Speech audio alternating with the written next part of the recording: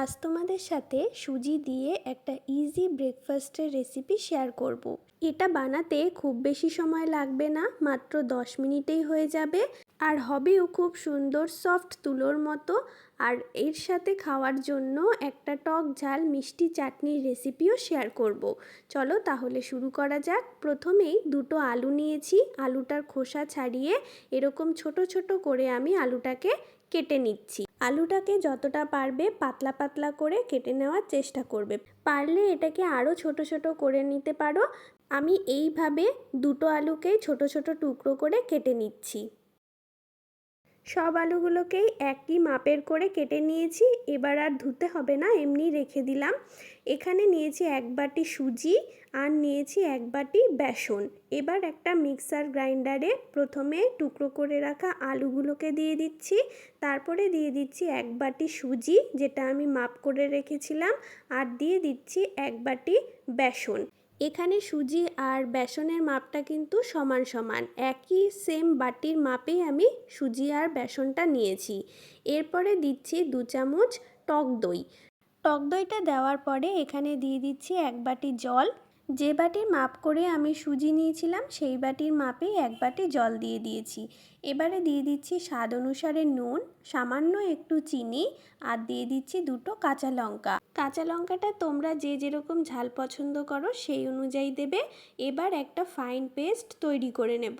দেখো এরকম একটা পেস্ট আমি বানিয়ে নিয়েছি, একটা চামচ দিয়ে একটু তুলে দেখাচ্ছি। দেখো এরকম মিহি করে আমি একটা পেস্ট বানিয়ে নিয়েছি। অনেক সময় সব আলুর টুকরো কিন্তু পেস্ট হতে চায় না, সেগুলোকে বাদ দিয়ে দিতে পারো বা এর সাথে থাকলেও কোনো অসুবিধা নেই। পেস্টটাকে একটা বাটিতে ঢেলে রেখে দিলাম। এবার এতে দিয়ে দিচ্ছি 2টো কাঁচা লঙ্কা। কাঁচা লঙ্কাটা আমি কাঁচি দিয়ে একদম ছোট্ট ছোট্ট গোল গোল করে কেটে দিয়ে দিয়েছি।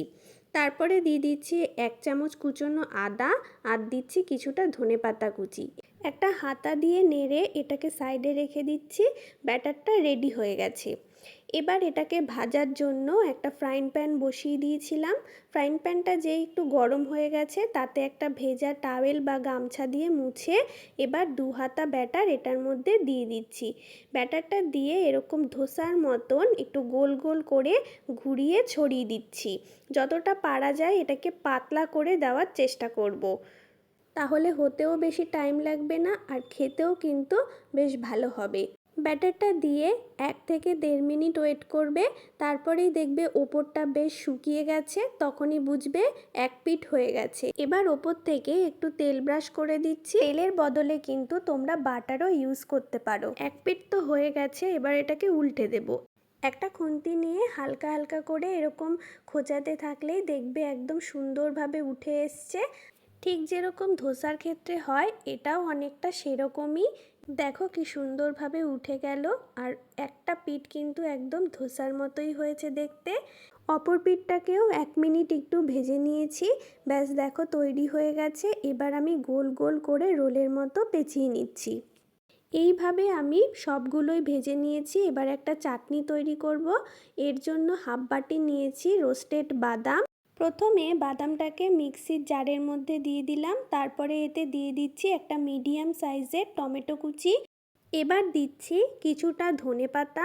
এখানে 4-5টা ধনেপাতার ডাল আছে। আর ঝালের জন্য দিচ্ছি একটা কাঁচা লঙ্কা, আর দিচ্ছি কিছুটা আদা কুচি।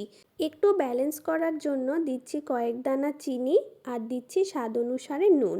এবার এটাকে একটা পেস্ট বানিয়ে নেব। প্রথমে জল ছাড়াই একটু বেটে নেব, তারপরে প্রয়োজন হলে একটু জল দেব। চাটনির ঘনত্বটা তোমরা যে যার সুবিধা মতন রাখবে। এবার চাটনিটাকে একটু ফোড়ন দিয়ে নেব। কড়াইতে দিয়েছি 1 চামচ সাদা তেল, তোমরা যে কোনো তেল ব্যবহার করতে পারো। তারপরে এতে দিয়ে দেব একটা শুকনো লঙ্কা, 1 চামচ সর্ষে, আর কিছুটা কারি পাতা। ফোড়নটাকে একটু ভাজা ভাজা করে নেব। কারি পাতাটা যেই ভাজা হয়ে যাবে তখন এতে বানিয়ে রাখা চাটনিটা ঢেলে দেব। পুরোটা ঢেলে দিয়ে অল্প একটু বাটি ধোয়া জলটাও এতে অ্যাড করে দিলাম। এবার 2 মিনিট একটু নাড়া দিয়ে যেই ফুটে উঠবে চাটনিটা তখনই নামিয়ে দিতে হবে। এই সময়তে একটু নুন আর মিষ্টির ব্যালেন্সটাও চেক করে নেবে। চাটনিটা তো রেডি হয়ে গেল, এবার আমি সার্ভ করে নেব।